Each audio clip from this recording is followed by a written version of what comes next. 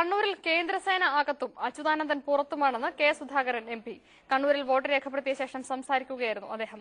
പല ബൂത്തുകൾക്ക് മുന്നിലും മണ്ഡലത്തിന് പുറത്തു നിന്നുള്ള CPM പ്രവർത്തകർ സംഘടിച്ചിട്ടുണ്ടെന്നും ഇക്കാര്യം തെരഞ്ഞെടുപ്പ് കമ്മീഷന്റെ ശ്രദ്ധയിൽപ്പെടുത്തിയിട്ടുണ്ടെന്നും കെ സുധാകരൻ പറഞ്ഞു. സേനയകത്തും അച്യുതാനന്ദൻ പുറത്തുമാണ്. തക്കത്തിൽ ഒരു ആത്മവിശ്വാസം ഉണ്ടാക്കാൻ സാധിച്ചിട്ടുണ്ട്. ഇനിയിപ്പോൾ അങ്ങോട്ടുള്ള അവരുടെ പ്രവർത്തനത്തെ ആശ്രയിച്ചിരിക്കും. സാധാരണഗതിയിൽ ഉദ്യോഗസ്ഥന്മാരുടെ പ്രവർത്തന നിരതയാണ് ഇതിൻ്റെ അകത്ത് പ്രധാന ഘടകം.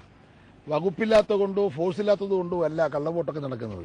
ഉദ്യോഗസ്ഥന്മാർ പെർഫെക്റ്റ് ആണെങ്കിൽ അതൊക്കെ നിയന്ത്രിക്കാൻ സാധിക്കും. അതുകൊണ്ട് കേന്ദ്രസേനയുടെ അംഗങ്ങൾ അവർക്ക് കൊടുത്തിരിക്കുന്ന ഉത്തരവാദിത്വം പൂർണ്ണമായും നിറവേറ്റാൻ അവർ മെനക്കെട്ടാൽ പോളിംഗ് ബൂത്തിന്റെ അകത്ത് ഏതായാലും പ്രശ്നങ്ങൾ ഉണ്ടാവില്ല എന്ന ശുഭപ്രതീക്ഷയാണ് ഞങ്ങൾക്കൊക്കെ ഉള്ളത്. തുടക്കം കുഴപ്പമില്ലാത്ത രീതിയിൽ പോകുന്നു.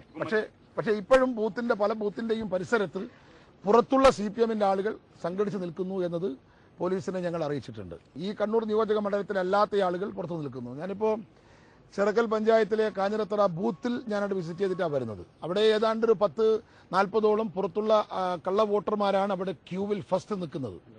അതോടനുബന്ധമായി പുറത്തുള്ളവർ വോട്ടില്ലാത്തവരായ പ്രവർത്തകന്മാരും അവരുടെ ബൂത്ത് തലങ്ങളിലും അവരെ ആഫീസ്, അവരെ ബാങ്ക് എന്നിവ കേന്ദ്രീകരിച്ച് കുറെ ആളുകൾ ഇപ്പോൾ നിൽക്കുന്നുണ്ട്.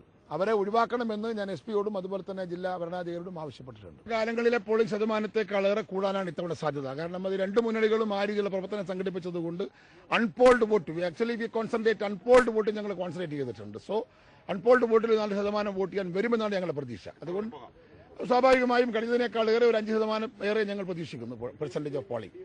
ഇവിടെ അങ്ങനെ ഒരു UDF LDF എന്ന് പറയാവുന്ന രീതിയിലുള്ള ഒരു എന്താ പറയാ ഒരു സ്ഥലം അങ്ങനെ കുറവാണ് ഉള്ളത്. എളിയാവൂർ പഞ്ചായത്താണ് LDFന് ഇത്തിരി പ്രാമുഖ്യമുള്ള സ്ഥലം. അവിടെയും ഏതാണ്ട് വോട്ടിംഗ് 4% പോകുന്നുണ്ടെന്നാണ് എനിക്ക് കിട്ടിയെടുത്തുള്ളത്.